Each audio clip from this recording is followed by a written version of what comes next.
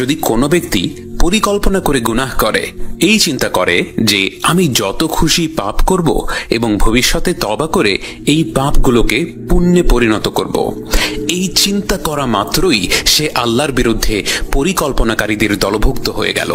এবং আল্লাহ বলেন, তারাও পরিকল্পনা করে আর আল্লাহ পরিকল্পনা করেন এবং আল্লাহই সবচেয়ে উত্তম পরিকল্পনাকারী। এবং শয়তানের প্রতারণা হলো এই যে সে গুনাহগার ব্যক্তিকে হতাশ করে বলে, তুমি এত গুনাহ করে ফেলেছ, আল্লাহ তো তোমাকে কখনোই ক্ষমা করবেন না।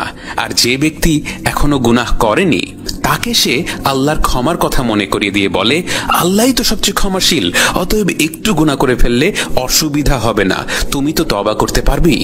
এবং আমাদের মাইন্ডসেটটা হওয়া উচিত ঠিক এর বিপরীত। পাপ করার আগে আমাদের আল্লাহর অসন্তুষ্টির কথা স্মরণ করা উচিত।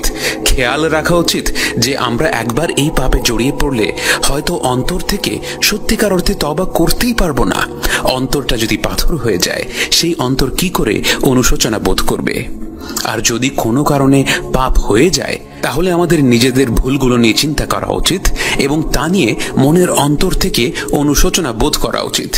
এবং ভুলের কারণে হতাশ হয়ে আল্লাহর থেকে আরো দূরে না থেকে, বরং ভুল করে ফেলেছি তাই আরো বেশি করে আল্লাহর নৈকট্য লাভের চেষ্টা করতে হবে, আরো বেশি করে তাঁর ইবাদত করতে হবে, যেন তিনি আমাদের অন্তরটা প্রশস্ত করে দেন, সত্যিকার অর্থে তওবা করার তৌফিক দেন।